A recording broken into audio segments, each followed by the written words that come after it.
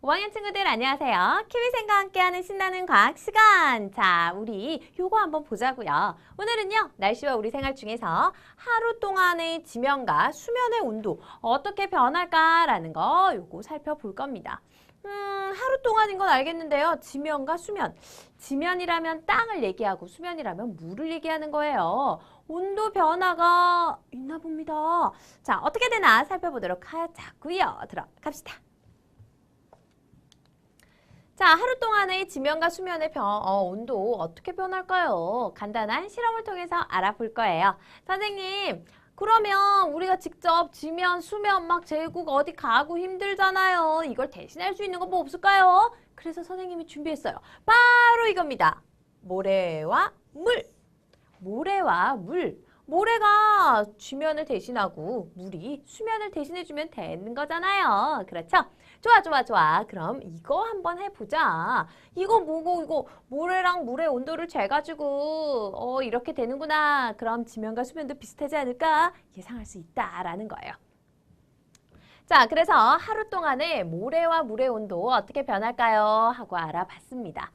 비커 2개 준비해 주세요. 같은 양의 모래와 물 준비한다는 거죠. 항상 우리가 알고 싶은 것 외에 나머지는 같게 해주는 겁니다. 즉, 모래랑 물이다라는 걸 다르게 하고 나머지는 같게 해줘야 돼요. 모래와 물의 양, 비커의 크기, 두 비커를 놓아두는 장소 등등등등 온도계도 이왕이면 같은 종류가 좋겠죠. 자, 이렇게 같게 해주어야 우리가 알고 싶은 걸 정확히 알 수 있다라는 거예요. 자, 햇빛이 잘 비치는 곳에 놓고 일정한 시간 간격으로 모래와 물의 온도를 측정하고 그래프로 나타내 보는 겁니다. 이때 중요한 건 요거 주의해야 할 점은요. 알코올 온도계 액체샘 있죠? 그걸 모래와 물 표면에 1cm 정도 쏙 들어갈 수 있도록 자, 그 정도만 쏙 들어갈 수 있도록 그 정도 깊이까지 넣어주도록 하자라는 거예요. 이거 너무 아래쪽까지 너무 깊게 우리는 지금 지면과 수면의 온도 변화를 보고 싶은 거니까 너무 깊이까지 꾹 아니에요. 알았죠? 자, 어떻게 됐을까? 결과 봅시다. 그래프 그려보고요. 이렇게 표로 나타내봤어요. 자, 1시간 간격으로 측정했습니다. 9시, 10시, 11시, 12시, 13시, 14시 쭉 측정해봤어요. 언제? 오후 6시까지. 자, 이렇게 모래랑 물의 온도를 측정해봤더니 모래 먼저 볼게요. 24, 38, 42, 44, 쭉쭉쭉 올라가다가 요때. 자, 낮 2시경, 즉 14시경에 온도가 가장 높고 다시 내려가기 시작했어요. 물도 마찬가지입니다. 온도가 쭉쭉쭉쭉 올라가다가 여기 2시경에 가장 높고 다시 낮아졌는데요. 가만 보니까 조금 모래는요. 온도가 훅 올라갔다가 훅 떨어진 것 같고 물은 온도 차이가 그렇게 크지 않은 것 같아요. 표로 봐서는 잘 모르겠다고요. 그럼 이걸 그래프로 한번 나타내 봅시다. 그래프로 나타냈더니 이거 봐 그럴 줄 알았어? 그렇죠. 모래는 온도 변화가 큽니다. 온도가 쭉 많이 올라갔다가 쭉 급하게 떨어졌어요. 빨리 데워지고 빨리 식더라는 거죠. 물은요. 천천히 데워져서 온도 변화가 그닥 크지 않아요. 천천히 데워져서 천천히 식더라라는 겁니다. 그렇구나. 자, 그래요. 그리고 또 급히 데워지다 보니 모래 온도가 더 높죠. 모래 온도가 더 높다, 물보다. 햇빛이 비치는 동안에 모래 온도가 물보다 더 높다는 걸 알 수 있고 여기서도 물론 알 수 있습니다. 14시경, 즉 2시경에 모래, 물 둘 다 온도가 가장 높다라는 것도 알 수 있죠. 자, 햇빛이 비치는 낮에는 모래가 물보다 빨리 데워져서 모래 온도가 물의 온도보다 더 높네요. 즉 낮 2시 요때가 지나면서부터 모래가 물보다 빨리 식기 때문에 여기 뒤쪽을 보면은요. 여기 뒤쪽을 보면 밤이 되면 모래가 물보다 더 아래쪽으로 내려가는 걸 확인할 수 있습니다. 자, 여기 보세요. 6시, 5시, 5시 30분 여기쯤 보면은요. 파란색이 더 위에 있죠. 물이 더 위쪽에 있다라는 거예요. 왜? 모래는 빨리 데워지고 빨리 식고 물은 천천히 데워지고 천천히 식으니까 밤이 되면 물의 온도가 더 높겠구나. 밤이 되면 모래의 온도가 더 낮아지겠구나 라는 것도 알 수 있습니다. 한낮이 지나면서부터 모래가 물보다 빨리 식기 때문에 밤에는 모래의 온도가 물의 온도보다 더 낮아질 거예요. 자, 그래서 우리는 알게 되었습니다. 알 수 있는 사실 뭐예요? 모래는 물에 비하여 빨리 데워지고 빨리 식는다. 아하, 이걸 지면과 수면으로도 연관지어서 생각해 볼 수 있겠죠? 자, 그래서요. 하루 동안의 지면과 수면의 온도 변화도 예상할 수 있는 겁니다. 보세요. 하루 동안의 모래와 물의 온도 변화를 살펴보니까 모래와 물은 물질의 종류가 다르기 때문에 하루 동안의 온도 변화가 다르게 나타났어요. 모래와 물, 자, 해보니까 모래 급하게 데워졌다, 급하게 식습니다. 물 천천히 데워졌다, 천천히 식어요. 그래서 낮에 여기 보면은요, 한 7시 정도부터 해가지고 언제 5시 반 정도인가요? 이 정도 때는 분명 모래 온도가 더 높았는데요. 자, 밤이 되면 물의 온도가 더 높죠. 모래 온도가 더 낮습니다. 뭐 어쨌든 둘 다 14시 요때 가장 높긴 했지만요. 자, 정리할 수 있겠네요. 모래는 물보다 빨리 데워지고 빨리 식습니다. 낮 동안에는 모래 온도가 물의 온도보다 더 높고 밤 동안에는 물의 온도가 모래 온도보다 더 높았어요. 물은 모래에 비하여 온도 변화가 크지 않아요. 그렇죠. 하루 동안 살펴봤을 때 모래와 물의 온도 변화를 보니까 둘 다 온도가 가장 높은 건 14시경, 낮 2시경이었고요. 한낮에. 모래 온도가 물의 온도보다 높은 때는 자, 모래 온도가 물의 온도보다 높을 때는 햇빛이 비치는 동안 7시 이후 자, 물의 온도가 모래 온도보다 더 높은 건 이제 해가 지고 난 다음에 6시 이후가 되니까 또 이렇게 차이가 나기 시작하네요. 그렇구나. 자, 그렇다면 이걸 보면은 우리 지면과 수면도 연관지어 설명할 수 있겠네요. 물은 수면, 모래는 지면과 같지 않겠습니까?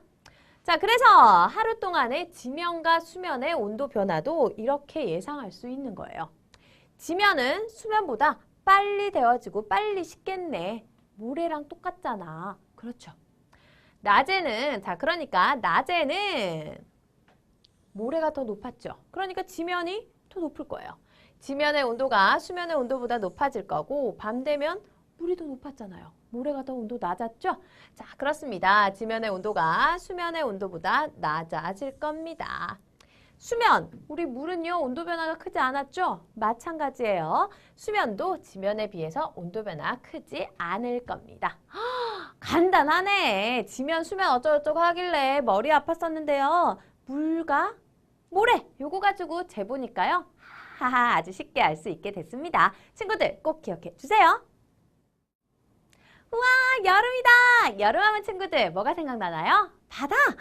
바다가 생각난다고요. 그럼 바다에서 우리 우와, 바닷바람 맞아본 적 있어요? 바닷바람을 맞을 때 바람이 어디서 어떻게 불던가요? 낮이랑 밤이 달랐다고요? 낮에는요, 제가 이렇게 사진 찍으려고 바다를 배경으로 딱 섰는데요. 진짜, 머리가 막 이렇게 되더라고요. 바다 쪽에서 바람이 불었나? 자, 그래요. 뭔가 바람의 방향이 달랐던 것 같습니다. 자, 어떤 일이 일어났나, 바람 어떻게 되나, 그거 오늘 알아볼 거예요. 자, 바닷가에서 바람은 낮과 밤에 어떻게 불까요? 하고 물어봤네요. 친구들 기억을 되살려 보자고요. 들어갑니다. 아리야, 내 팔랑귀비 잘 돌지? 으하! 완전 혼자 신났어. 그쵸? 그지. 아유, 정말. 야, 이거 굳이 뛰어다닐 필요 없어. 엥? 바람개비를 뛰어다니지 않고 어떡해. 낮에는 해풍이 불어서 가만히 있어도 돌거든. 오잉? 그러고 보니까요.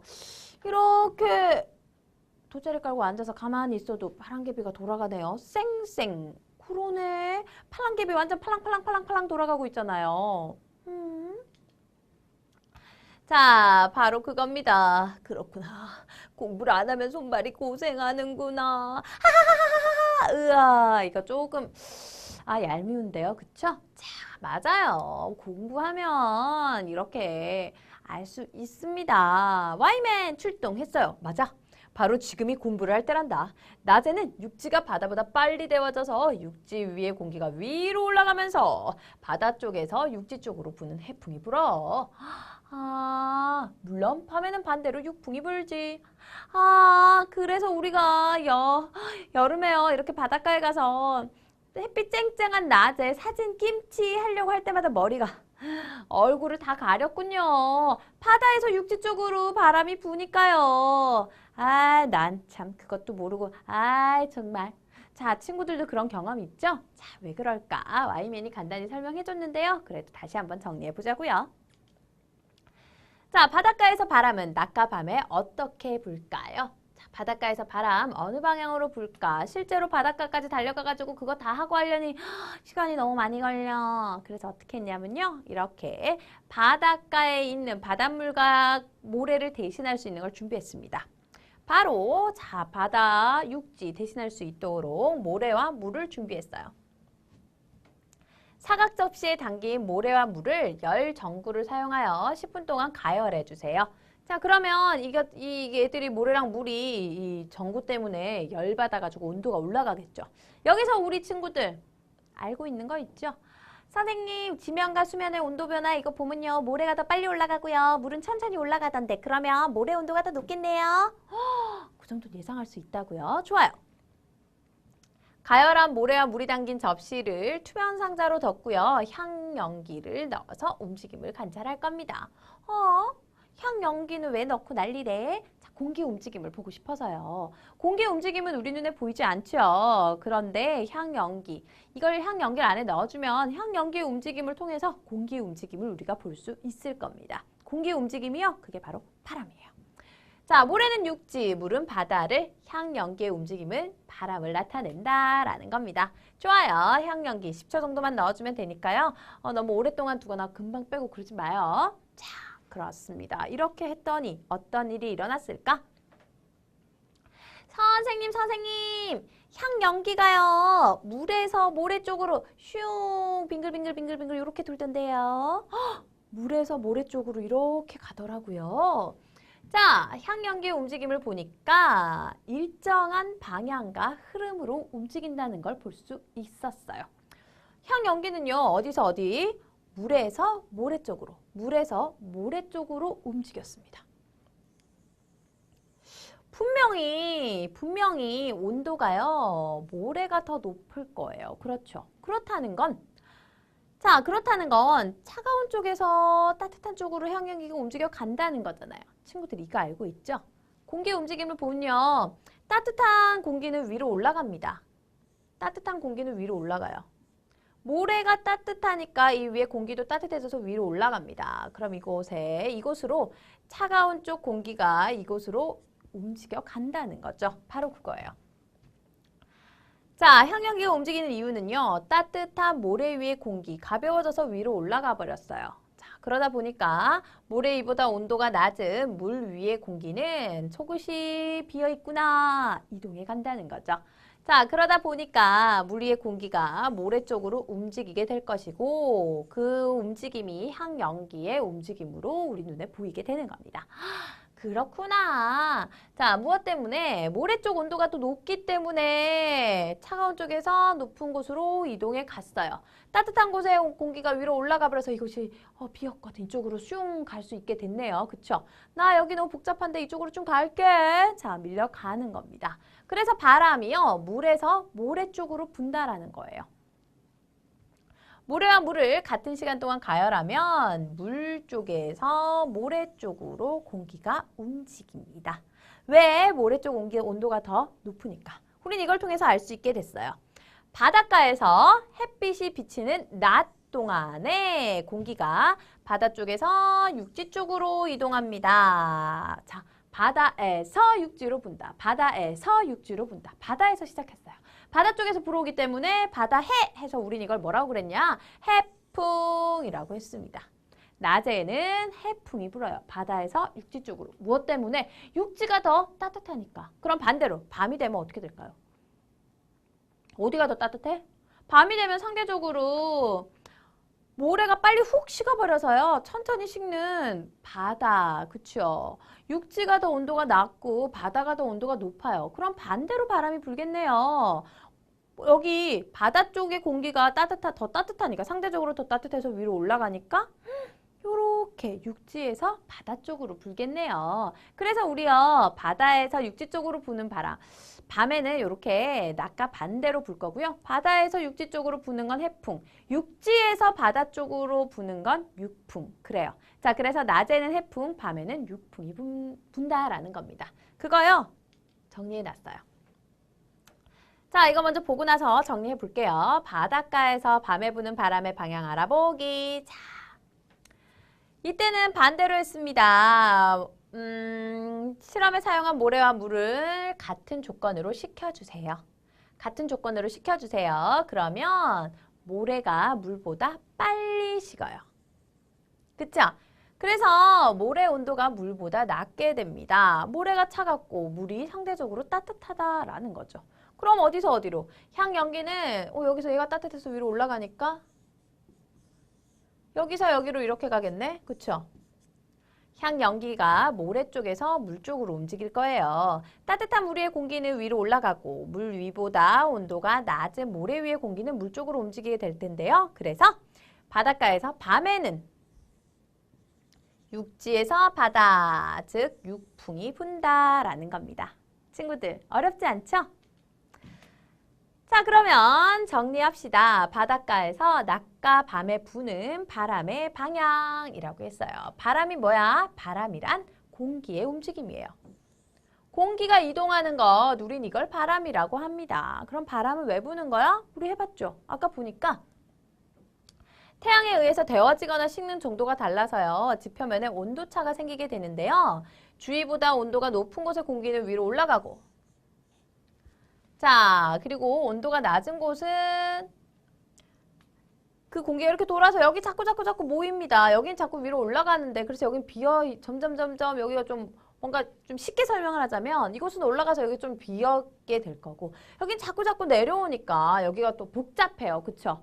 그러니까 여기 계속 있을 필요 뭐 있어? 여기 비어있는 쪽으로 가면 되지. 자, 그래서 실제로 우리가 있는 이곳에서 공기의 이동이 느껴지는 것, 이걸 우린 바람이라고 하는데요. 여기 위에는 우리 지금 생각할 필요 없어요. 그쵸? 우린 여기 우리가 느끼는 것만 생각하면 돼. 여기서 봤을 때 온도가 낮은 쪽에서 온도가 높은 쪽으로 바람이 이동해 가는 것.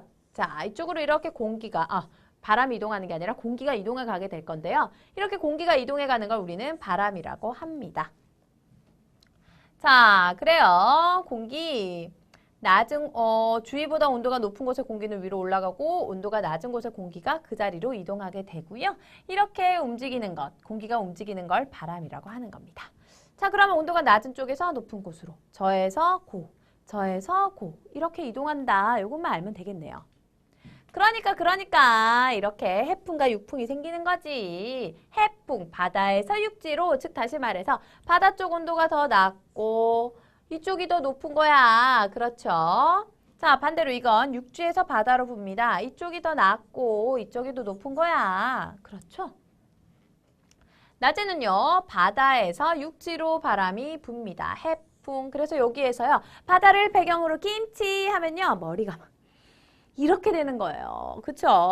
낮에는 이쁘게 사진을 찍을 수가 없어. 왜? 바다에서 육지 쪽으로 바람이 부니까. 자, 어떻게 해서 이런 일이 생겼나요?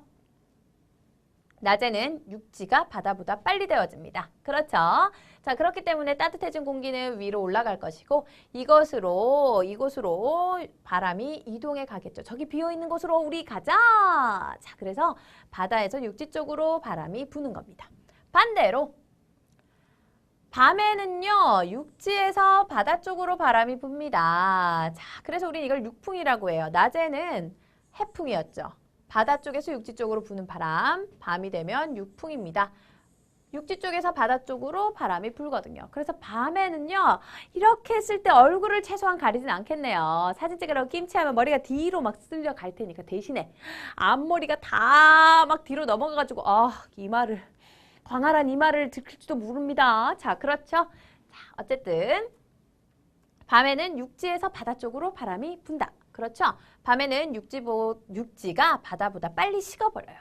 자, 그래서 상대적으로 육지 온도가 바다보다 더 낮게 되는 겁니다. 그러니까 이쪽이 이렇게 올라가네. 그쵸? 그러니까 여기서 이리로 가네. 육지 쪽에서 바다 쪽으로 바람이 불게 된다. 공기가 움직이게 된다. 그게 바람이다. 그렇죠? 자, 그래서 낮에는 해풍, 밤에는 육풍이라는 거 기억해 주세요. 헷갈리면요, 요거 생각하면 돼요. 어디가 더 온도가 높은지. 저에서 고, 저에서 고. 그렇죠? 뭐, 그래도 잘 모르겠으면, 김치 요걸 생각해 보시던지요. 자, 정리할게요. 바닷가에서 부는 바람의 방향이 낮과 밤에 바뀌는 이유가 뭔지 말입니다. 자, 왜 이렇게 차이가 나느냐? 온도 차이가 생기기 때문이에요. 왜 온도 차이가 생기냐고요? 왜? 육지와 바다는 낮과 밤에 데워지고 식는 정도가 다르거든요. 육지는 빨리 데워지고 빨리 식고 바다는 천천히 데워지고 천천히 식다 보니까 자, 그러다 보니까 이렇게 온도의 차이가 생기게 되는 겁니다. 바닷가에서 낮에는 육지 온도가 바다 온도보다 높아요. 육지가 훅 빨리 데워지니까. 대신에 밤에는 바다 온도가 육지보다 더 높아요. 왜? 육지는 훅 빨리 식어버리고 바다는 천천히 식으니까 결국 훅 빨리 식어버리는 육지 온도가 더 낮아진다는 거죠. 그러다 보니 낮에는 해풍이 불고 밤에는 육풍이 부는 겁니다. 해풍, 바다에서 시작하는 거예요. 알았죠? 바다로 아니에요. 바다에서 시작하는 거. 육풍, 육지에서 시작하는 바람이에요. 육지에서 바다 쪽으로. 잊지 말아주세요. 자, 해풍, 육풍 정리됐습니다. 5학년 친구들 안녕하세요. 키위생과 함께하는 즐거운 과학시간. 자, 오늘도 돌아왔습니다. 날씨와 우리 생활이 너무 궁금해. 그렇죠? 자, 여러 가지 쭉 공부해오고 있는데요. 오늘 볼 건 바로 이겁니다. 고기압 그리고 저기압에서 날씨 어떻게 달라질까요? 라는 거죠. 고기압, 저기압이 뭐야? 고, 저, 뭔가 높고 낮고 막 이런 것 같아요. 그쵸? 자, 그리고 우리 이거 어디 일기예보에서 많이 들었어요. 오늘은 고기압의 영향으로 맑겠습니다. 오늘은 뭐 저기압의 영향으로 날씨가 흐리겠습니다. 비가 오겠습니다. 이런 얘기 많이 들어봤습니다. 아니 얘들이 도대체 뭐길래 어떤 영향을 주길래 날씨 맑게도 하고 흐리게도 하는 걸까요? 자, 그걸 오늘 살펴보자라는 거죠. 그리고 또 저는 뭐 높고 낮다 같은데 기압은 또 뭐야? 응? 뭔가 줄임말인 것 같다고요? 뭐 압력을 얘기하는 것 같다고요? 네, 공기의 압력이에요. 자, 그래서 우리 여기서 기압이라는 것도 살펴볼 겁니다. 다들 준비된 건가요? 그럼 들어가도 되겠네요. 함께 출발해 보겠습니다. 자, 고기압과 저기압에서 날씨가 어떻게 달라지는지 궁금해. 그렇죠. 도대체 날씨가 어떻게 달라질까? 그걸 알아보기 위해서 간단한 실험을 준비했습니다. 자, 여기 보면요. 페트병 그리고 공기 압축마개를 준비했어요. 그런 다음에 이걸 뭐 어떻게 해가지고 무게를 측정하는 것 같아요. 전자적으로 보이니까. 자, 뭘 하는 걸까? 자, 이건요. 공기의 무게와 기압 어떤 관계가 있을까 알아보려는 겁니다. 공기의 무게, 공기 보이지도 않는데 무게가 있는 거야? 있잖아요. 이건 우리 친구들 알고 있잖아요. 근데 이거랑 또 기압. 기압은 공기의 압력인데요. 이거랑 또 관계가 있다. 뭐 그런 내용 같습니다. 한번 실험해 볼게요. 페트병 2개를 준비해 주세요. 그런 다음에 입구를 공기 압축 마개로 막고 무게를 측정하는 겁니다. 공기 압축 마개. 도대체 공기 압축마개가 뭐야? 자, 공기를 압축, 꽉꽉꽉꽉 눌러주세요 라는 거예요. 자, 공기를 압축한다라는 거 이렇게 넓게 퍼져 있던 공기를 쭉 눌러서 빵빵, 자, 저 차곡차곡 만들어주는 겁니다. 우리 뭐 여러 가지 이렇게 쭉 펼쳐져 있던 걸 꼭꼭 모아준다라고 생각하면 되겠어요. 그런 게 압축이에요. 그렇구나. 이렇게 쭉 펴져 있던 스펀지 꽉 눌러주면 압축하는 거거든요. 자, 마찬가지. 눈에 보이진 않지만 이 공기 압축마개를 이용하면 공기를 압축할 수 있습니다. 그러면 여기 이 똑같은 페트병 공기 압축마개를 사용해서 압축시켜주면요. 공간이 남잖아요. 그러면 거기에 또 공기 더 많이 들어갈 수 있겠네? 그쵸? 꽉꽉꽉 눌러 담으면 똑같은 사이즈, 똑같은 크기의 페트병이라도 공기를 더 많이 넣을 수 있겠다라는 걸 예상할 수 있습니다. 자, 그거 예상할 수 있으면 끝난 겁니다. 자, 볼게요. 다시 들어갈게요. 페트병 2개를 준비하여 입구를 공기 압축마개로 막고 무게를 측정해보세요. 한 개의 페트병만 공기를 압축하고 각 페트병을 손으로 눌러보면서 팽팽한 정도를 비교합니다. 그리고 각 페트병의 무게를 측정합니다. 라고 했어요. 자, 무슨 말이냐? 페트병 2개 준비한 다음에 공기 압축마개로 둘 다 딱 막기만 하세요. 뚜껑 닫은 것처럼. 자, 이렇게 닫기만 하고 무게를 측정합니다. 그랬을 때 무게는 같겠죠? 자, 그런 다음 하나는 그대로 두세요. 뚜껑처럼 닫은 채로. 하나는 공기를 압축하는 겁니다. 압축, 압축, 압축, 꽉꽉꽉꽉 눌러서 꽉꽉 당기게 되겠죠. 우리 눈엔 보이지 않지만 공기가 더 많이 들어가 있는 상태가 된다. 많이 눌러져서. 자, 많이 눌러져서 많이 들어가 있는 상태가 되는 거예요. 그러다 보니 손으로 눌러보면 훨씬 더 팽팽하게 느껴질 거예요. 그렇죠? 그러고 난 다음에 무게를 측정해보자라는 겁니다. 공기가 무게가 있다면 여기 더 많이 들어가 있으니까 더 무겁겠네? 예상할 수 있겠죠? 바로 그거예요. 자, 이런 결과가 나오네요. 보세요. 공기를 압축하지 않은 페트병과 공기를 압축한 페트병. 눌러보세요. 팽팽한 정도가 어떤지. 공기를 압축하지 않았을 때는 그냥 손으로 눌렀을 때 아주 쉽게 잘 눌러지는데요. 어머, 공기를 압축하니까요. 손으로 잘 눌러지지 않습니다. 무게는요. 공기를 압축하지 않았을 땐 60이었는데요. 와우, 압축하니까 60.8. 어머! 0.8g만큼 더 무거워졌습니다. 그래요. 자, 이것은 무엇을 얘기하느냐? 공기의 양이 더 많네 라는 걸 이야기하는 겁니다.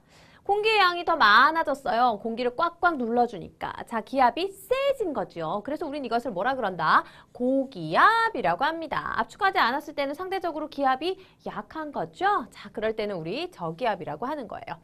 자, 우리 고기압, 저기압이라고 하는 건요. 딱 얼마 이상이면 고기압이야, 얼마 이상이면 저기압이라기보다는 주변보다 더 높고 주변보다 더 낮고를 이야기하는 겁니다. 즉 상대적인 거라는 거 그거 잊지 말아주세요. 자, 우린 이걸 통해서 알 수 있게 됐습니다. 알 수 있는 사실. 공기는 뭘 가지고 있다? 너 무게 있구나. 공기도 무게를 가지고 있다라는 거 알 수 있고요. 또 공기의 양이 많으면 무게 있으니까 더 무거울 거고 이 무게 때문에 공기에도 압력이라는 게 생긴다라는 거죠. 아, 무거운 거 우리 꾹꾹꾹꾹 누른다고 생각해 보세요. 친구가요, 내 위에 올라탔어. 동생, 선생님 그냥 동생 혼자 올라탄 거 하고요. 점점점 친구들이 막 3명, 4명 막 올라타면요. 나 찌그러질 것 같아. 무게가 막 느껴지죠. 자, 공기도 이렇게 꾹꾹꾹꾹꾹꾹 눌러지는 압력이 생기는 겁니다. 그래서 이렇게 압력이 많이 생기는 고기압이 생길 수 있다라는 거죠. 자, 그러면 이제 정리해야겠죠. 기압과 날씨 과연 어떤 관계가 있을까? 기압이란 뭘까요? 기압이란 공기의 무게 때문에 생기는 공기의 압력, 그걸 우리는 기압이라고 합니다. 꾹꾹꾹꾹꾹꾹 누르는 힘이에요. 얘가 그냥 가만히 있다가 얘들만 와서 막 누르느냐? 아니에요. 무게가 있기 때문에 그 무게를 가지고 꽉꽉 눌러줄 수 있는 겁니다. 자, 이런 기압의 차이는요, 장소의 환경과 시간에 따라 공기의 양이 달라지기 때문에 나타나는 거예요. 공기의 양이 많으면 많이 눌러져서 고기압이 될 것이고 적으면 덜 눌러지니까 저기압이 된다는 거죠. 즉, 고기압과 저기압 이렇게 설명할 수 있습니다. 고기압은요, 일정한 부피에서 공기의 양이 주위보다 라고 했어요. 상대적인 거예요. 주위보다 많아서 기압이 높은 거. 반대로 저기압은 일정한 부피에서 공기의 양이 주위보다 적습니다. 그래서 기압이 더 낮은 거예요. 즉, 실제로 무게를 재보면 이렇게 차이가 있을 수 있다는 겁니다. 공기의 양이 많으면, 자, 일정한 부피예요. 공기의 양이 많으면 꽉꽉꽉꽉 눌러져 있죠. 그러다 보니까 여기 요거 조그만한 거 공기라고 했을 때 많이 들어차 있어요. 서로서로 많이 눌러지다 보니 기압은 높은 것이고 무게는 더 무거웠겠죠. 자, 이렇게 더 무거울 경우 기압이 높아지는 고기압이 되는 거고 상대적으로 이렇게 적을 때는 더 가벼워요. 그쵸? 자, 이럴 때는 기압이 약한 저기압이 되는 거다. 아니, 왜 이렇게 무게가 달라지는 거야? 무게가 달라지는 건요. 공기가 데워지거나 식으면 장소에 따라서 무게가 달라질 수 있는 겁니다. 데워지면 가벼워져서 올라가죠. 가벼워져서 올라가고 그러면 이렇게 올라가면 거기에는 좀 뭔가 좀 헝 좀 적어져요. 기압이 낮아질 거예요. 위로 올라가 버리면. 데워져서 올라가면 뭔가 이렇게 휑해지고 자, 도리어 식으면 또 꽉꽉꽉 뭉쳐서 내려오죠. 우리 해풍, 육풍 요거 할 때 배운 것처럼 차가워서 아래로 내려오면 꽉꽉꽉꽉 무겁게 뭉쳐져서 고기압이 된다. 자, 그러니까 이렇게 되는 겁니다. 자, 기압과 날씨라고 해서요. 이렇게 그림으로 보기 좋게 설명해 놨습니다. 자, 저기압일 때, 고기압일 때 어때요? 저기압일 때는요. 위로 올라가네요. 그래요. 공기가 위로 올라옵니다. 위로 올라갑니다. 데워져가지고. 그렇죠. 저기압 중심에서는요. 수증기를 포함한 공기가 위로 올라가요. 자, 여기 이쪽으로 모여. 자, 이렇게 모아 위로 올라가면서 그냥 공기만 가느냐? 수증기 데리고 가는 거예요. 수증기를 데리고 가는 거죠. 수증기 데리고 올라가는데요. 여기 있을 때보다 위쪽으로 올라가면 올라갈수록 점점점 온도는 낮아집니다. 그럼 어떡해? 그러면요, 선생님, 우리 구름 만들어지는 거 아니에요? 빙고, 바로 그거예요. 수증기가 위로 올라가면 공기가 차가워져서 응결이라는 걸 하잖아요. 그쵸?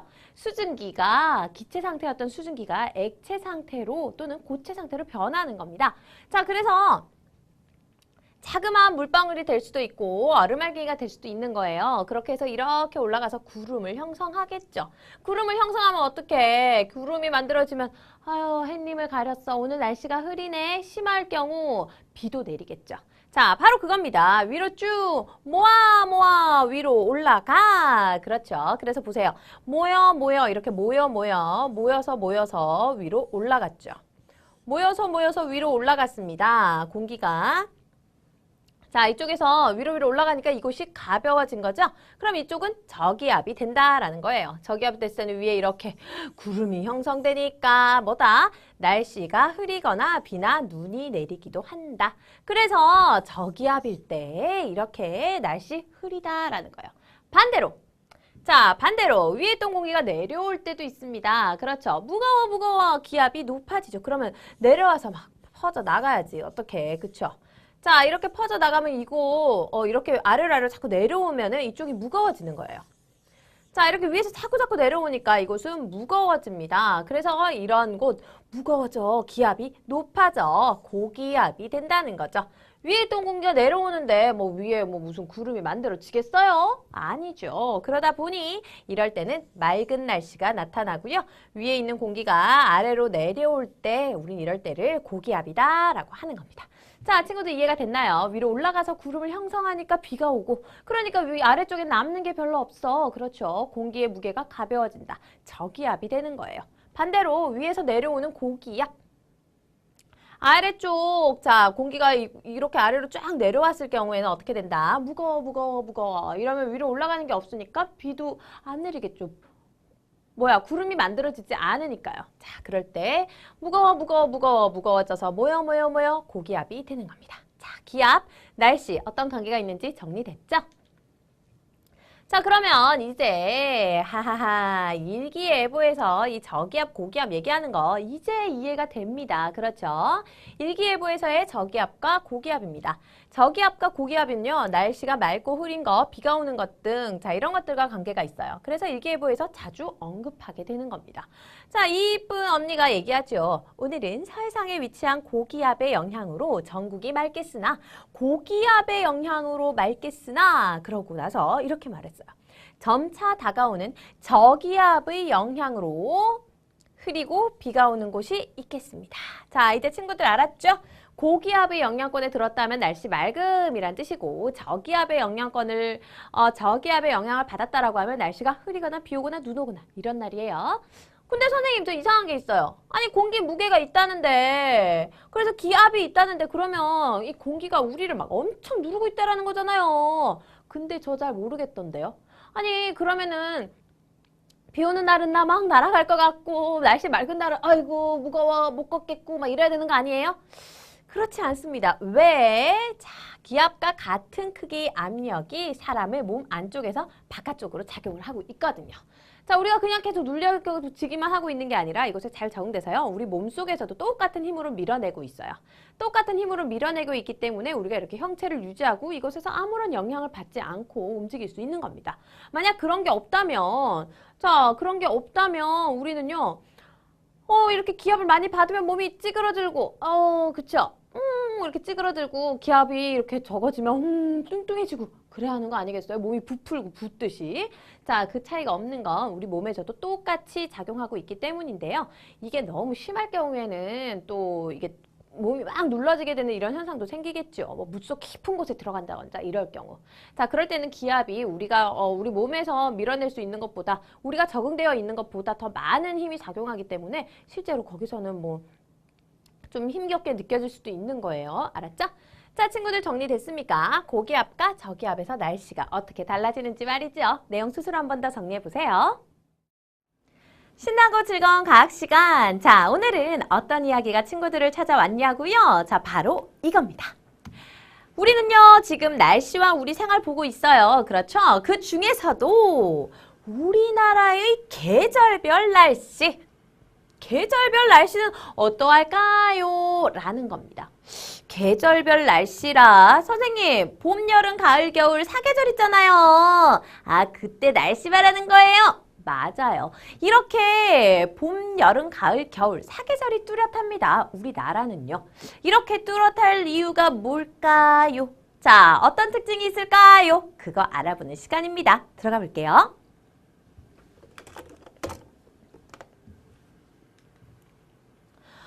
친구들 여기 재미난 만화부터 보자고요. 어떤 이야기가 나왔을까? 여기는 춥고 건조한 공기덩어리가, 이곳은 차갑고 습한 공기덩어리, 여기는 덥고 습한 공기덩어리, 여기다 따뜻하고 건조한 공기덩어리다. 자, 여기 공기덩어리들이요. 지금 뭔가 내기를 하는 것 같아요. 야, 저 아이의 옷을 벗기는 공기덩어리가 최고 형님인 거야. 오, 어떻게 됐을까요? 하하, 매섭고 찬바람으로 옷을 다 날려버리겠어. 후! 뭐가 이렇게 추워. 옷을 더 입어야겠어. 그게 너의 한계야. 얘는 옷을 벗기는데 실패했습니다. 자, 이번에는요. 덥고 습한 공기덩어리가 한 몫을 하네요. 덥고 습한 공기에 옷을 안 벗을 수는 없지. 호호호! 아유, 갑자기 덥네. 벌써 여름인가? 옷을 벗지 않을 수 없군. 오, 이렇게 하니까 벗었네요. 그렇죠? 근데 여기 Y맨이 갑자기 출동했습니다. 우리나라는 계절에 따라 성질이 다른 공기덩어리의 영향을 받아. 잘난 척하고 있는데요. 자, 이번에는 얘 옷 한번 벗겨볼까? 또 내기 시작했네요. 이번에는 Y맨은 언제 옷을 벗을까요? 자, 뭐 이런 이야기들 준비되어 있었습니다. 이제 직접 본문으로 우리가 제대로 이 공기덩어리들 만나러 가보자고요. 자, 우리나라의 계절별 날씨 어떠할까요? 라고 물었죠. 선생님, 왜 우리나라는요, 계절별로 날씨가 다른 거예요? 그러게, 왜 우리나라는 계절별로 날씨가 다를까요? 우리나라의 계절별 날씨의 특징과 계절별 날씨에 영향을 끼치는 공기덩어리의 성질. 자, 이걸 조사해서 계절별로 날씨가 다른 이유를 한번 생각해 봅시다. 자, 선생님 먼저 특징이요. 우리나라 계절별 날씨의 특징을 보니까 봄에는 어때요? 따뜻하긴 한데 좀 건조한 편이에요. 그렇죠. 여름이 되면요. 우와, 진짜 더워. 그리고 좀 눅눅하고 습하죠. 축축한. 아우, 너무 습해요. 가을이 되면 다시 좀 맑고 눅눅한 기온은 사라집니다. 대신 건조해지는데요.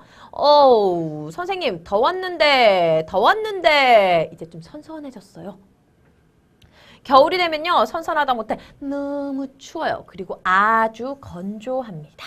자, 이러다가 다시 봄이 되고 여름이 되고 가을이 되고 겨울이 되고 그렇죠. 자, 우리나라의 계절 이렇게 4계절로 이루어져 있어요. 선생님, 근데요, 이렇게 날씨가 달라지는 건 공기덩어리 때문이라면서요? 맞아요. 우리나라의 계절별 날씨에 영향을 끼치는 이 공기덩어리라는 것 때문입니다. 어떤 곳에 오래 머물게 되면요, 그곳에 기운을 가지게 되는데요. 그 머물러 있는 곳의 특징을 가지게 되는데, 자, 이런 특징을 가진 공기덩어리들, 자, 요렇게 나뉘어 볼 수 있습니다. 자, 친구들, 우리나라는요, 적도보다 좀 위쪽에 위치하고 있어요. 그렇죠. 적도보다 좀 위쪽에 위치하고 있기 때문에, 짜잔! 우리나라를 중심으로 보았을 때, 위쪽은 어때요? 추워요. 맞아요. 위쪽은 춥습니다. 자, 위쪽은 추워요. 위쪽은 차갑습니다.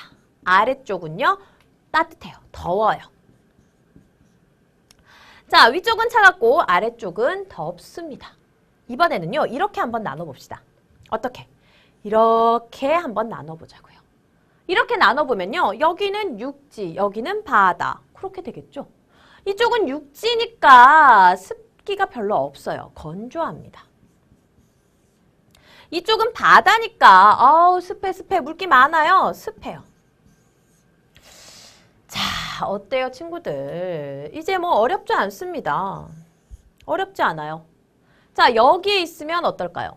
위쪽에 있으니까 차갑고 육지에 있으니까 건조해. 그렇죠? 어떻게? 춥고 건조한 공기덩어리.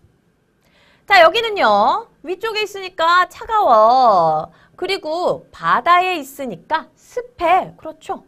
차갑고 습한 공기덩어리예요. 자, 아래로 내려와서 보니까 여기는요. 육지에 있으니까 건조할 거고 아래쪽에 있을 거니까 더워요. 따뜻해요. 따뜻하고 건조한 공기덩어리. 여기는요.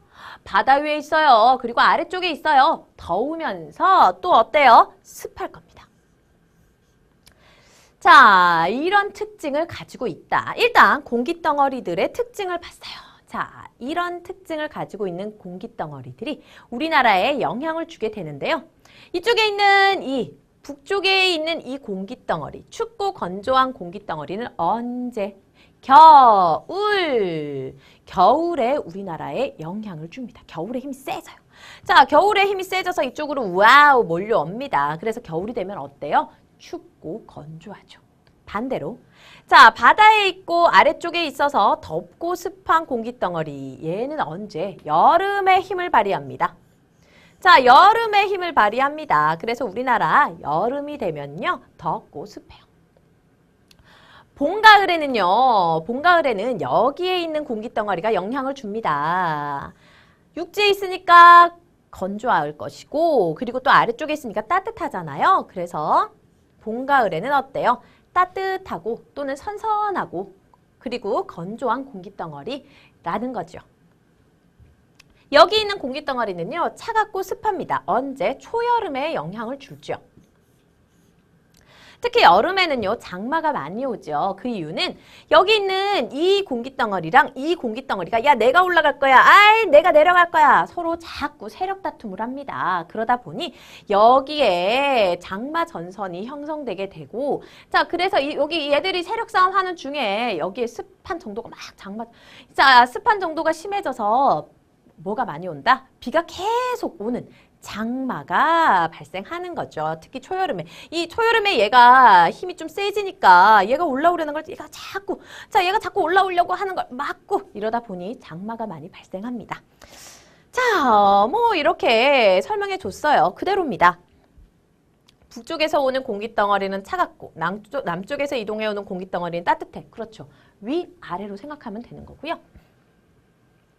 육지에서 이동해 오는 공기덩어리는 건조하고 바다에서 이동해 오는 공기덩어리는 습기가 많아. 그렇죠. 육지, 바다 이렇게 생각해 주시면 되는 거예요. 선생님이 지금 얘들이 얘기한 걸 이렇게 설명해 둔 걸요. 간단하게 선생님이 얘기해 준 겁니다. 알았죠? 자, 친구들 더워 따뜻해 이제 딱 알겠죠? 이를 통해서 알 수 있게 된 사실입니다. 우리나라는 계절에 따라서 성질이 다른 공기덩어리의 영향을 받기 때문에 계절별로 이렇게 날씨가 다르게 나타나는 거예요. 자, 어렵지 않죠? 자, 넘어갑시다. 자, 그럼 선생님, 공기덩어리가 뭐예요? 공기덩어리요? 이렇게 얘기하면 됩니다. 자, 공기덩어리란 육지랑 바다 뭐 이런 것과 같이 넓은 지역에 오랫동안 머물러 있으면서 그 지역의 온도, 습도와 비슷해져요. 자, 그런 겁니다. 저기 북쪽이고 그리고 여기는 육지니까 그곳은 어떤 특징이 있어요? 춥고 건조하죠. 오랫동안 거기에 계속 있다 보니 이곳의 온도, 습도와 비슷해져 버린 겁니다. 이렇게 비슷해져 있는 이 덩어리, 이 공기의 큰 덩어리를 우리는 공기덩어리라고 부르는 거예요. 자, 그렇다면 우리나라의 계절별 날씨의 특징과 이동해 오는 공기덩어리의 성질을 한번 봅시다. 당연히 이걸 봐야죠. 계절에 따라 성질이 다른 공기덩어리들의 영향을 주기 때문에 계절별 날씨가 달라지는 거니까 이런 성질을 알아야겠죠. 자, 이런 성질, 이런 다른 성질이 있는 공기덩어리의 영향을 받는 거고 그래서 우리 조금 전에 그 성질을 알아본 겁니다. 네, 우리나라 계절에 따라 성질이 다른 공기덩어리의 영향을 받아서 날씨의 특징을 보이게 되는데 봄에는 서쪽 육지에서 이동해 오죠. 아래쪽에서 위로. 그렇죠. 봄, 가을에 영향을 줍니다. 어떤 특징? 건조하고 따뜻하다는 특징이 있었어요. 그래서 봄에 우리 이런 좀 건조하고 따뜻한 느낌, 따뜻한 계절, 봄이죠. 꽃샘추위, 늦서리, 황사와 같은 날씨 변화가 크게 날씨 변화 이런 것들이 날씨 변화가 큰 거잖아요. 그렇죠. 꽃샘추위 같은 경우에는 갑자기 따뜻해졌다가 막 추워졌다가 이런 거. 자, 늦었는데 이 서리 내릴 때 아닌데 서리 내리고 이렇게 날씨 변화가 좀 크게 나타납니다. 여름이 되면요. 남쪽 바다. 아까 이렇게 지도로 나누어 봤을 때 여기. 그렇죠. 남쪽 바다에서 이동해 오는 공기덩어리죠. 덥고 습해요. 초여름에는 장마가 나타나는데 선생님 그 이야기 해줬죠. 둘이 세력다툼 한다고요. 가을이 되면 서쪽 육지. 네, 봄과 같아요. 여기 있던 거. 맑고 건조합니다. 그리고 이때 따뜻하긴 한데요. 약간 위쪽에서부터 이제 약간 영향이 좀 있다 보니까 봄보다는 좀 선선한 편이에요. 자, 봄은 좀 따뜻하다면 가을이 되면은 이제 여름을 지나서 그렇죠. 자, 봄보다는 약간 추운데 약간 뭐 그냥 시원한 정도. 여름이랑 비교하자면 당연히 훨씬 선선하죠. 여름엔 더우니까. 겨울이 되면 어디? 여기서 내려옵니다. 여기서 내려옵니다. 북쪽 육지에서 이동해 오는 공기덩어리죠. 춥고 건조합니다. 바람이 아주 세게 불어요. 그렇구나. 이런 특징이 있구나. 근데 선생님, 봄에요. 꽃샘추위는 왜 오는 거예요? 이제 봄 왔으니까 안 추워야 되는 거 아니에요? 그러게, 왜 꽃샘추위가 올까? 자, 왜냐고요? 꽃샘추위란 건 초봄에 날씨가 풀린 뒤 찾아오는 일시적인 추위를 말합니다. 갑자기 추워지는 건요. 아직도 위쪽에 겨울 다음 봄이 오잖아요. 그렇죠? 아직 위쪽에 있던 그 공기덩어리가 야야야 나 아직 좀 힘 좀 남아있다. 아직 좀 힘을 자기 힘을 과시하기 때문이에요. 북쪽에 차가운 공기가 내려오기 때문입니다. 여름철 장마의 원인은 선생님 얘기했죠. 초여름 차가운 바다에서 이동하여 오는 공기덩어리와 따뜻한 바다에서 이동하여 오는 공기덩어리가 만나서 비가 자주 내리는 장마가 나타납니다. 여기하고 둘이서 서로 싸움한다 그랬어요. 바로 그게 이 이야기입니다. 자, 우리나라의 계절별 날씨 친구들 어려울 줄 알았는데 별거 아니죠? 꼭꼭꼭 정리 스스로 부탁드리겠습니다. 선생님, 날씨는요, 도대체 우리 생활에 어떤 영향을 주는 건가요? 글쎄요, 날씨는 과연 우리 생활에 어떤 영향을 줄까요? 선생님과 함께 알아봅시다. 날씨, 우리 생활이랑 어떤 관계가 있을까요? 추울 때는 바깥에 많이 나가면 안 돼. 비 올 때는 꾹꾹 우산 챙겨야지. 바람 불 때 혹시 뭐가 떨어질지 모르니까 조심해야 돼. 친구들. 기본적인 거 아니에요? 그런 거예요. 별거 아니죠. 자, 날씨와 우리 생활의 관계라고 했습니다. 이 날씨는요. 옷차림이나 야외 활동, 교통의 흐름 이런 데 영향을 줍니다. 자, 그럼 한번 볼게요. 비가 내려요. 어때요? 비 오는데 혼자서 막, 우와, 비다! 이러고 다니다 감기 걸려요. 그렇죠. 비가 오는 날에는 장화를 신거나 우산을 씁니다. 그리고 이날 세차해봤자 소용없어요. 비 다 맞는데. 빨래 잘 안 말라요. 그래서, 빨래나 세차는 하지 않는 게 좋습니다. 눈이 내린다고요? 우와 좋아! 눈싸움하고 그래요. 눈사람 만들고 자 그런 것도 하지만요. 즐거운 눈을 이용한 놀이도 하지만 자 더 중요한 거 있어요. 눈을 그대로 쌓아두면 나중에 치우기 힘들어요. 쌓이자마자 쌓이고 있으면 쌓인 눈 치워주시고요. 또 그냥 두면 빙판길 위험하죠. 빙판길은 주의 조심조심 걸어야겠습니다. 아우 더워. 날씨가 너무 더워. 이런 날 혼자서 두꺼운 외투 입고 다니는 친구 없죠? 무더운 날씨라면 옷차림은 어떻게 간편하게 하고요. 아, 이런 날 최고 역시 물놀이죠. 너무 추워. 너무 추워. 진짜로 추운 날은 특별하게 꼭 나가야 하지 않는다면 바깥 활동, 실외 활동은 좀 자제하는 게 좋습니다. 주로 실내 활동을 하는 게 좋고요. 야외 활동을 꼭 해야 한다면 옷을 따뜻하게 입어야겠어요. 자, 요새 정말 문제가 심각하죠. 황사, 미세먼지 이런. 특히 황사, 미세먼지 이런 게 심할 때는 나가지 않는 게 중요합니다. 웬만하면 실내 활동을 하는 게 좋아요. 자, 근데 만약에 나가야 할 때는 마스크, 특히 황사 마스크. 그냥 일반 마스크 안 돼요. 그렇죠? 이게 먼지 입자 크기가 다르기 때문에 황사 마스크를 써야 합니다. 바람이 심하게 분다고요? 바람이 아주 세게 불 때는 어떤 시설물 같은 것들이 잘못해서 떨어질 수 있어요. 그거 떨어지는 거 맞으면 크게 다치겠죠? 자, 그렇기 때문에 시설물의 안전을 확인해야겠습니다. 이왕이면 이럴 때도 야외 활동은 자제하는 게 좋겠죠? 자, 날씨 우리 생활에 이런 영향을 끼치고 있었어요. 자, 날씨가 다양한 곳에서 일하는 사람에게는 어떤 영향을 주는 걸까요? 자, 일상적으로 우리 생활에도 이렇게 영향을 주지만 이 날씨의 영향을 크게 받는 그런 또 직업을 가지고 있는 분들도 계십니다. 뭐 산업활동, 건설활동 등등 아주 다양한 영향을 주는데요. 자, 먼저 우리 물건을 사고 팔고 장사하신다. 상인의 경우 더운 날 시원한 음료수 팔아야 잘 팔리겠죠? 추운 날 따뜻한 음료수를 팔아야 잘 팔리겠죠? 엄청 추운데 시원한 빙수 드시겠어요? 사람들이요, 추운데 무슨 빙수야. 그렇죠? 엄청 더운데 따뜻한 유자차 한 잔 드시겠어요? 보기만 해도 손사래가 쳐지지요. 그래요, 친구들. 자, 상인은요 이렇게 더운 날에는 시원한 음료수, 추운 날에는 따뜻한 음료수를 많이 판답니다.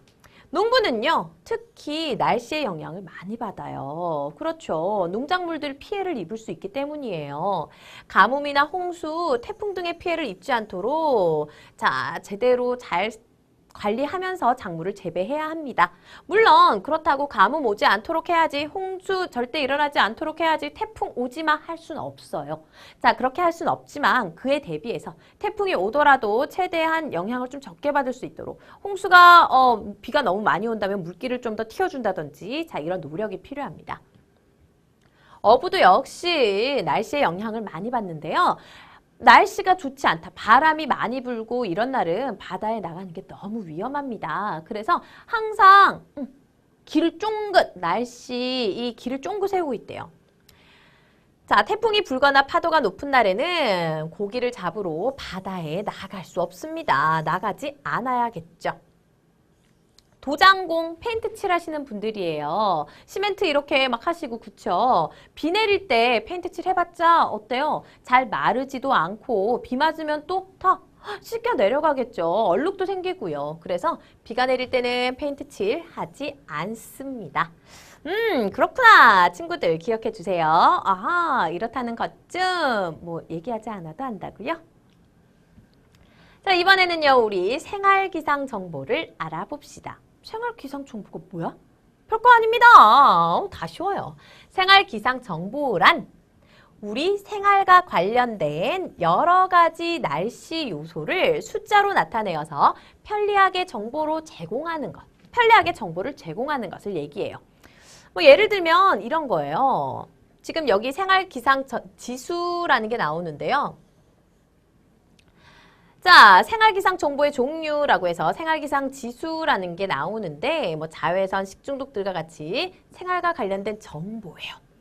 자, 자외선 지수 뭘까요? 햇빛이 너무 쨍쨍 심해 이럴 때는 자외선 지수 높겠죠. 오늘 날씨 흐린데 이런 날은 자외선 지수 낮을 거예요. 그쵸? 자, 자외선 지수가 높다 이럴 때는 뭘 조심해야 될까요? 햇빛에 오랫동안 노출되면 위험하니까 이럴 때는 보호가 필요하다. 자, 이 색깔을 보니까 색깔로 지금 6 정도, 요 정도죠. 높음 정도 수준입니다. 너무 높을 때는 일사병 주의해야 돼요. 그렇죠? 자, 식중독 지수는 뭘까요? 아, 식중독이 발생할 확률이 높아. 그럴 수 있을 때가 됐어. 뭐 이런 거. 많이 습할 때, 많이 더울 때, 이럴 때 또 식중독 많이 일어나잖아요. 자, 식중독 발생 가능성이 높다. 경고! 자, 요 정도 색깔이죠. 경고 78일입니다. 이렇게 숫자로 나타내어 주기 때문에 우리가 진짜 높네? 이런 것들이 한눈에 들어온다라는 거죠. 그런데요. 여기는 6이고 높은 데도 6이고 여기는 78이에요. 자, 이거 다 지수에 따라서 그 등급이나 이런 건 좀 다른 거예요. 여기는 위험이 11 이상이고 낮으면 2 이하잖아요. 그런데 식중독 같은 경우에는 35 정도면 관심만 그냥 35 이상 70 미만은 주의, 95 이상이 되면 위험. 자, 이런 식으로 나뉘는 정도가 다릅니다. 불쾌지수는 뭐예요? 기분 나빠. 오늘 완전 기분 나빠. 불쾌감을 느끼는 정도를 숫자로 나타낸 거예요. 우리 어떨 때 불쾌감을 느낍니까? 너무 덥고 너무 습하고 이런 날. 자, 이럴 때 우리 좀 불쾌감을 느끼죠? 뭐 이런 것처럼. 자, 오늘은 불쾌함을 느낄 수 있는 정도. 오늘은 불쾌감을 느낄 수 있는 정도야. 이런 거라면 어느 정도이냐에 따라서 이렇게 숫자로 나타내는데요. 83 정도면 80 이상이면 매우 높아요. 완전 나 기분 나 건들지 마라 이 상태가 된다는 거죠. 열지수는 뭘까요? 열이 좀 햇빛이 너무 쨍쨍. 자, 야외 활동 및 작업에 주의하고 적극적인 수분 보충이 필요합니다. 보통 정도기 때문에 그런 거예요. 그렇죠?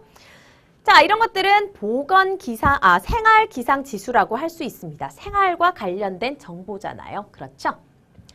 자, 생활기상 정보의 종류 중에서 생활기상 정보를 봤고요. 이런 것도 있어요. 보건기상 지수. 생활기상 정보, 생활기상 지수만 있는 거 아닌가? 보건이라는 거, 우리 보건실, 건강, 질환, 그렇죠. 병, 이런 것과 관련이 있는 거예요. 감기나 피부질환과 같이 건강과 관련된 정보를 말합니다. 계절에 따른 건강 및 질병과 관련된 정보 높고 낮음으로 제공한다라는 거죠. 자, 우리 생활기상 정보 조금만 더 알아보고 갈까요? 이런 것도 있어요. 대기 확산 지수라고 있습니다. 매우 높음이래요. 기상 조건에 의하여 대기 변화 가능성이 매우 높다라는 걸 얘기해 주는 거고요. 감기 가능 지수입니다. 매우 높아요. 이럴 때는 체온을 유지하고 실내 습도를 조절해야겠네요. 꽃가루 농도 위험 가능 지수도 있습니다. 매우 높아요. 자, 꽃가루 알레르기 유발할 수 있죠? 대부분의 알레르기 환자에게 증상이 나타날 수 있으니까 야외 활동을 자제하고 실내에 머물러야겠습니다. 자, 이런 것들 생활 기상 정보 친구들 어렵지 않죠? 나만의 기상 정보, 나만의 기상 지수 뭐 이런 것도 만들어 볼 수 있지 않을까요? 스스로 정리하는 습관 오늘도 잊지 마세요. 그럼 열심히 정리하고요. 선생님 또 불러주세요. 알았죠?